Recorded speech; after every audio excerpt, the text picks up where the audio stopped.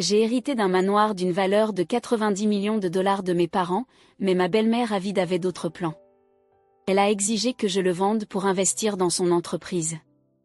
Lorsque j'ai refusé, elle est venue avec son fils, a ligoté le gardien et a incendié ma maison. Ils pensaient avoir gagné, mais le lendemain matin, je leur ai réservé une revanche choquante qu'ils n'auraient jamais pu imaginer. Je m'appelle Lena Harrison, et si vous m'aviez demandé il y a un an comment j'imaginais ma vie, je vous aurais dit qu'elle était parfaite. J'avais 32 ans, j'étais une organisatrice d'événements prospères à Austin, au Texas. J'aimais mon travail, j'avais des amis que je chérissais, et je croyais en mon mariage. Mes parents, tous deux millionnaires ayant construit leur fortune à partir de rien, m'avaient tout donné pour que je puisse bâtir un avenir sûr. Lorsqu'ils sont décédés de manière inattendue, j'ai pensé que je pourrais continuer à honorer leur héritage tout en construisant ma propre vie. Hériter de leurs biens, y compris un luxueux manoir estimé à 90 millions de dollars, ressemblait à un rêve devenu réalité. Ce manoir était bien plus qu'une simple maison. C'était le fruit de leur travail acharné et de leur sacrifice, un symbole de l'amour qu'ils me portaient. Je sentais encore leur présence dans chaque coin de la maison. C'était écrasant, certes, mais aussi une opportunité de commencer un nouveau chapitre dans ma vie. Mon mari, Dylan, et moi avions toujours rêvé de vivre dans une maison plus grande un jour, mais rien ne pouvait nous préparer à ce qui allait suivre. Dylan avait 34 ans, était agent immobilier, et l'idée de vivre dans un manoir aussi somptueux le ravissait. Lorsque nous avons emménagé, il semblait que nos vies s'alignaient enfin. Nous passions nos journées à décorer les vastes pièces et nos soirées à nous promener dans les jardins luxuriants, profitant de la sérénité de notre nouvelle vie. Pendant un moment, il semblait que rien ne pouvait perturber notre bonheur. Mais il n'a pas fallu longtemps avant que les premières fissures apparaissent. La mère de Dylan, Margaret, était une femme qui ne cachait jamais ses opinions. Âgée de 58 ans, elle avait toujours été une présence constante dans nos vies, critiques, exigeantes et souvent autoritaires. Je pensais pouvoir gérer cela, mais je me trompais lourdement. Dès l'instant où Margaret a appris l'existence du manoir, quelque chose en elle a changé. Ses paroles étaient au début aimables, pleines de compliments, mais il y avait un ton sombre sous-jacent. Elle a commencé à faire des commentaires sur la chance que j'avais et sur le fait que la maison serait un gâchis pour une seule personne. Au début, je n'y prêtais pas attention, mais bientôt, ses remarques sont devenues plus directes. « Lena, tu sais, m'a-t-elle dit un après-midi lors d'une visite pendant que nous prenions le thé, j'ai toujours cru aux bons investissements. Avec tout cet argent, tu pourrais vraiment élargir tes horizons. Le marché immobilier est tellement lucratif. Je ne comprends pas pourquoi tu gardes ce manoir. » J'ai été surprise. Je venais tout juste de perdre mes parents, et cette maison était tout ce qu'il me restait pour me souvenir d'eux. Ce n'était pas qu'une question d'argent, il s'agissait d'honorer leur mémoire. « Je ne suis pas prête à vendre, Margaret, ai-je répondu calmement, essayant de garder mon sang-froid. Cet endroit signifie beaucoup pour moi. » Elle a haussé un sourcil, ses lèvres esquissant un sourire qui n'atteignait pas ses yeux. « Je comprends, Lena. Mais tu sais que vendre et investir cet argent dans autre chose garantirait ton avenir, n'est-ce pas? Réfléchis bien, le bon investissement, la bonne entreprise, cela pourrait tout changer. » J'ai senti mon estomac se nouer, mais j'ai essayé de ne pas le montrer. « Cela ne m'intéresse pas, Margaret. Je suis heureuse ici. » Mais Margaret était persistante. Chaque fois que nous parlions, elle ramenait le sujet de la maison sur la table. Il devenait évident qu'elle ne comprenait pas pourquoi je ne la vendais pas pour investir l'argent dans quelque chose de mieux. Elle devenait de plus en plus insistante, et c'est à ce moment-là que j'ai commencé à ressentir la pression. Ce n'était plus seulement elle maintenant, Dylan, mon mari, commençait à montrer des signes qu'il était influencé par les idées de sa mère. Il restait silencieux pendant nos discussions, mais ce silence devenait de plus en plus assourdissant chaque jour. J'ai essayé d'ignorer cela au début, me disant que ce n'était qu'une phase. Après tout, Dylan avait toujours été mon soutien. Il était mon port d'attache à travers toutes les épreuves après la perte de mes parents. Mais, au fil des jours, je me suis demandé si ses loyautés étaient en train de changer. Un jour, Margaret et son plus jeune fils, Max, sont arrivés chez moi sans prévenir. J'ai tout de suite su que quelque chose n'allait pas. Les yeux de Margaret brillaient trop, fixé avec trop d'intensité, et Max, qui n'avait que 26 ans, affichait une expression qui reflétait l'impatience et la colère cachée de sa mère. « Que se passe-t-il » ai-je demandé, essayant de garder ma voix calme. Margaret ne m'a même pas salué. Elle est entrée directement dans le salon, sans détour, a déclaré « Lena, j'en ai assez de tout ça. Cette maison est un gaspillage. Tu dois la vendre et utiliser cet argent intelligemment. Je suis fatiguée d'attendre que tu prennes la bonne décision. » J'étais stupéfaite. Margaret, cette maison n'est pas à vendre. Il ne s'agit pas d'argent, mais de garder vivante la mémoire de mes parents. Je ne vais pas simplement m'en débarrasser parce que tu penses que c'est du gâchis. Elle a esquissé un sourire froid, et pour la première fois, j'ai vu quelque chose de sombre dans ses yeux. Tu crois que tu es la seule à pouvoir bénéficier de cet héritage? Tu crois que tes parents auraient voulu que tu gardes tout pour toi? Non, Lena. Il est temps d'aller de l'avant. Avant que je ne puisse répondre, Max a fait un pas en avant, me regardant avec une froideur qui m'a donné des frissons. Maman a raison, a-t-il dit. Tu es têtu. Cela pourrait être une grande opportunité pour nous tous. Pourquoi s'accrocher à quelque chose de si vieux? Je sentais les murs se refermer, le poids de leurs mots m'écrasant. Il ne s'agit pas d'argent, ai-je répété, la voix ferme. Je ne vendrai pas. Cette maison est à moi, et elle a une signification particulière pour moi. Le sourire de Margaret a vacillé un instant, mais elle a rapidement retrouvé son calme. Très bien, a-t-elle dit, sa voix chargée de mépris. Mais ne crois pas que j'oublierai cela. Et ainsi, elle et Max sont partis. Mais mon instinct me disait que ça ne s'arrêterait pas là.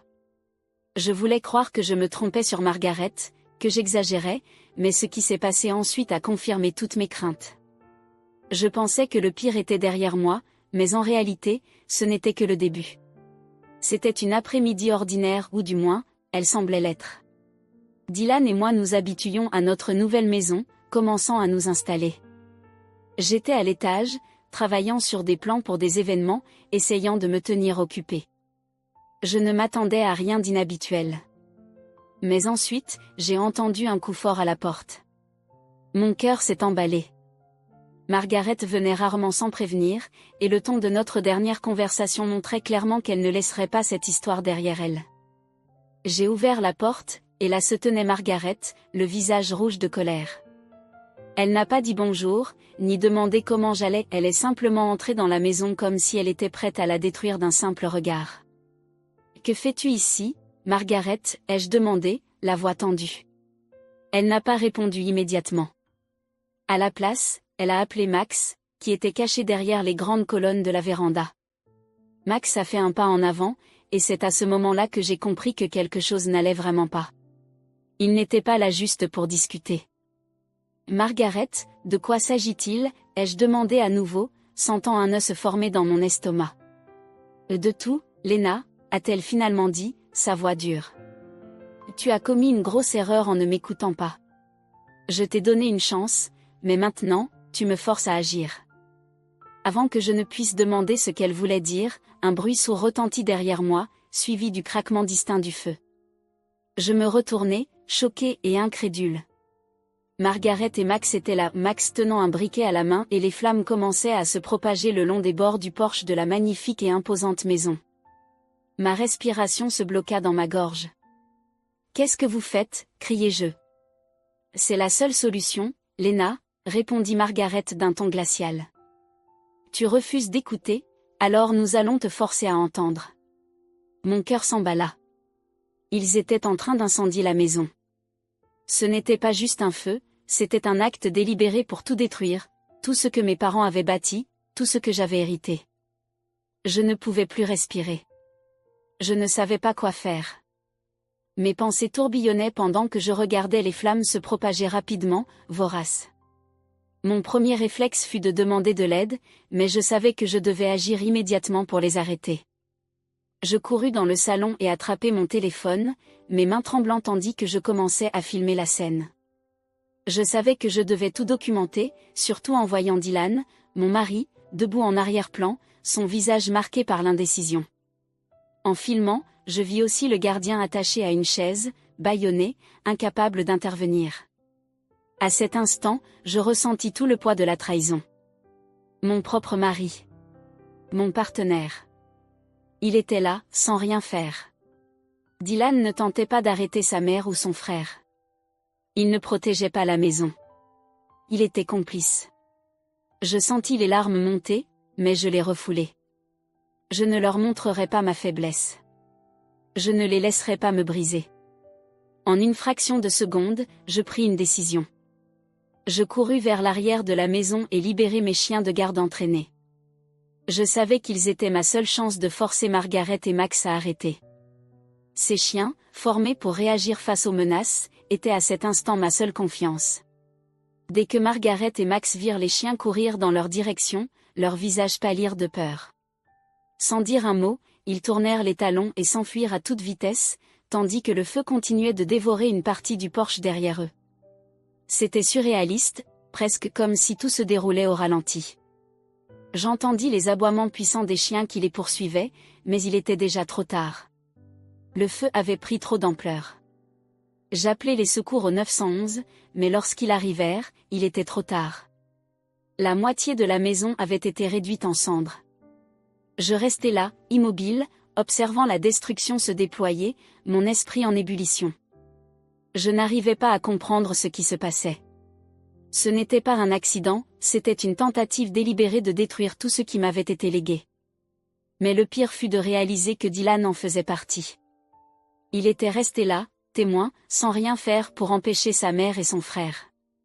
Ils m'avaient tous trahi. Ma propre famille. Les jours qui suivirent furent un tourbillon de chaos. La police arriva, et je pus leur remettre les preuves que j'avais filmées, mais Margaret, Max et Dylan avaient déjà disparu. Ils s'étaient enfuis, échappant aux autorités. Je n'arrivais pas à y croire. Mon propre mari avait choisi de se ranger du côté de sa mère et de son frère plutôt que du mien. Je ne savais plus quoi faire. J'étais perdu, le cœur brisé et rempli de colère. Mais je savais une chose, je ne les laisserais pas s'en tirer à bon compte, pas après tout ce que j'avais perdu. J'engageai un avocat, le maître Thomas Anderson, un homme calme et expérimenté, spécialisé dans les litiges de propriété et les affaires de fraude. Dès notre première rencontre, je sus qu'il était la bonne personne pour mon cas. Il écouta mon histoire avec patience, et tandis que je lui montrais les vidéos et les photos de l'incendie, il hocha gravement la tête. « Nous pouvons utiliser ces preuves, dit-il après un long moment de réflexion, mais il nous en faut davantage. S'ils essaient de fuir la justice, nous devons agir rapidement. » Il avait raison. Même si je voulais me concentrer sur l'aspect émotionnel, je savais que je devais bâtir un dossier solide. Nous compilâmes toutes les preuves, enregistrements téléphoniques, photos du gardien attaché, et tout indice de leur implication. Le rôle de Dylan dans toute cette affaire était incontestable, mais je n'avais aucune idée d'où il se trouvait. Dylan, Margaret et Max s'étaient volatilisés sans laisser de traces, et je ne pouvais chasser l'idée qu'ils préparaient quelque chose d'encore pire. La police fut immédiatement informée après l'incendie, mais il était difficile de les localiser. Ils semblaient s'être bien cachés. Ils étaient intelligents, bien trop intelligents pour que je puisse les attraper seule. Je ne pouvais m'empêcher de me sentir impuissante. Ma propre famille m'avait trahi, et maintenant, ils se cachaient, échappant aux conséquences de leurs actes. J'étais agitée. Chaque jour, je vérifiais les nouvelles et les rapports de police, espérant une avancée. Une fois, je suis retournée sur le site de la maison, regardant les restes calcinés de la demeure de mes parents, cet endroit où tant de souvenirs avaient été créés. C'était douloureux, mais je ne pouvais pas encore me permettre de pleurer. Il y avait quelque chose de plus important à faire, me battre pour la justice. Pas seulement pour une vengeance, mais pour rétablir ce qui était juste. Une semaine plus tard, enfin, une avancée eut lieu. Je reçus un appel du maître Anderson tôt le matin. Sa voix était ferme, mais pressante. « Elena, ils ont été retrouvés. Votre mari, votre belle-mère et votre beau-frère ont été arrêtés ce matin à l'aéroport. Ils tentaient de quitter le pays, me dit-il. » Pendant un moment, le poids de ces mots m'atteignit de plein fouet. J'avais du mal à y croire. Ils avaient essayé de fuir, de s'échapper de leurs responsabilités, mais ils avaient échoué. La police les avait retrouvés à temps, et maintenant, ils faisaient face à des accusations graves. Je ne savais pas si je devais ressentir du soulagement ou de la colère, mais je compris que c'était ma chance de les faire payer pour tout ce qu'ils m'avaient pris. Ils avaient détruit l'héritage de mes parents et m'avaient trahi de la pire manière possible. À présent, ils devaient faire face aux conséquences. Les charges étaient lourdes, incendie criminel, complot et destruction de biens, entre autres. Je peinais à accepter l'implication de mon mari dans cette affaire. Je lui faisais confiance, et il avait tout gâché. Mais il n'y avait pas de place pour l'apitoiement sur moi-même, je devais me concentrer sur le procès à venir.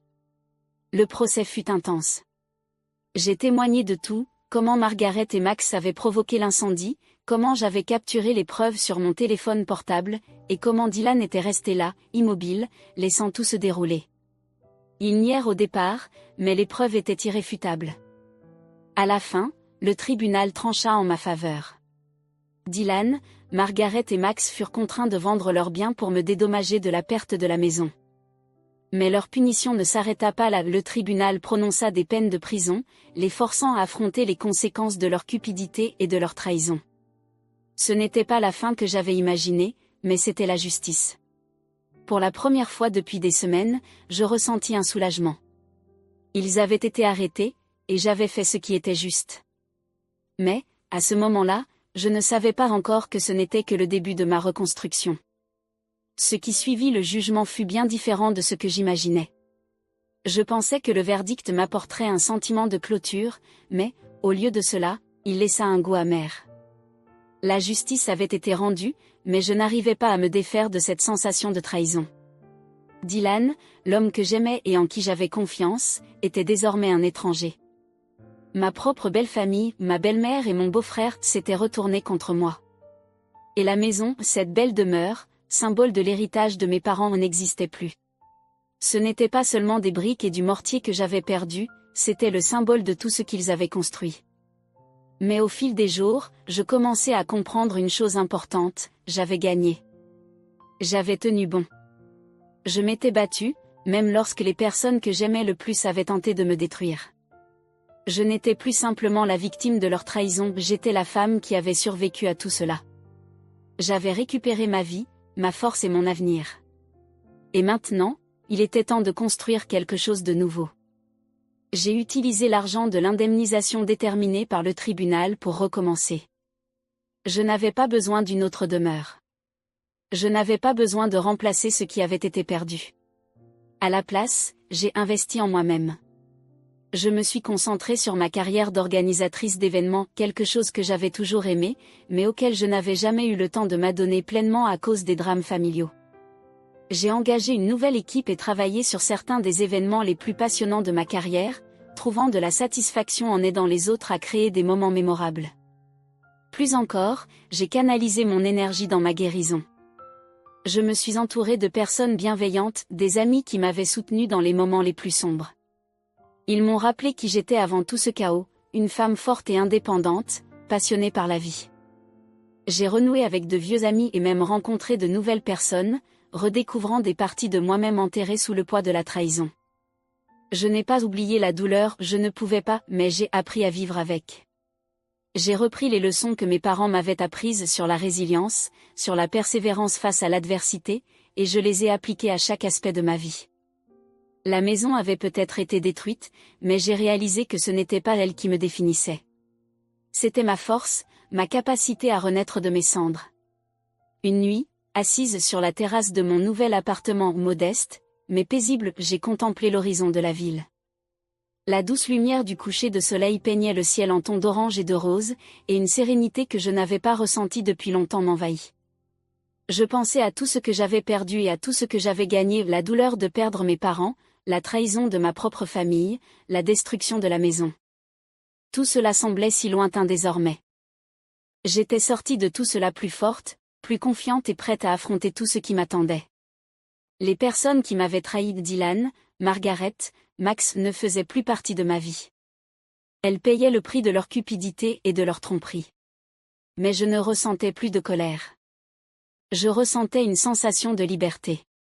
Je n'étais plus définie par les actions des autres. J'avais repris le contrôle de ma propre histoire et j'écrirais le prochain chapitre selon mes propres termes.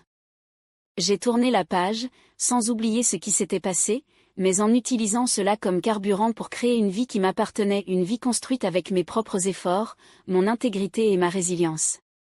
J'avais peut-être perdu la demeure de mes parents, mais j'avais gagné quelque chose de bien plus précieux, mon indépendance, ma paix et la certitude que, peu importe l'ampleur de la trahison, j'avais le pouvoir de surmonter les épreuves. Alors que le soleil se couchait ce soir-là, j'ai compris que j'étais prête pour tout ce qui allait arriver. J'avais survécu au pire, et maintenant je pouvais accueillir l'avenir à bras ouverts. Libérée des poids du passé, je me sentais plus légère, plus libre et plus confiante que jamais. C'était mon nouveau départ, et j'étais prête à le vivre pleinement. Si cette histoire vous a plu, laissez un like et abonnez-vous à notre chaîne pour découvrir plus d'histoires comme celle-ci. Passez une excellente journée.